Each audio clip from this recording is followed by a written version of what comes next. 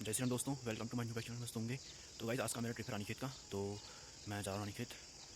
तो मैं घर से निकल चुका हूँ। तो सामने गाइस धूप भी आ चुकी है। तो आपको पहले एक बार मैं यहाँ का मौसम दिखा देता हूँ। आज धूप आ चुकी है पहाड़ों पर।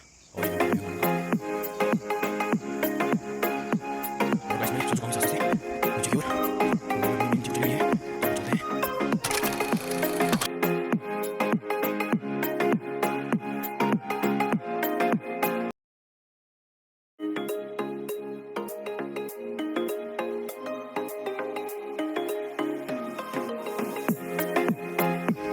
जा रही है मम्मी, यहाँ देख मम्मी, यहाँ देख मम्मी है मम्मी को सो गई।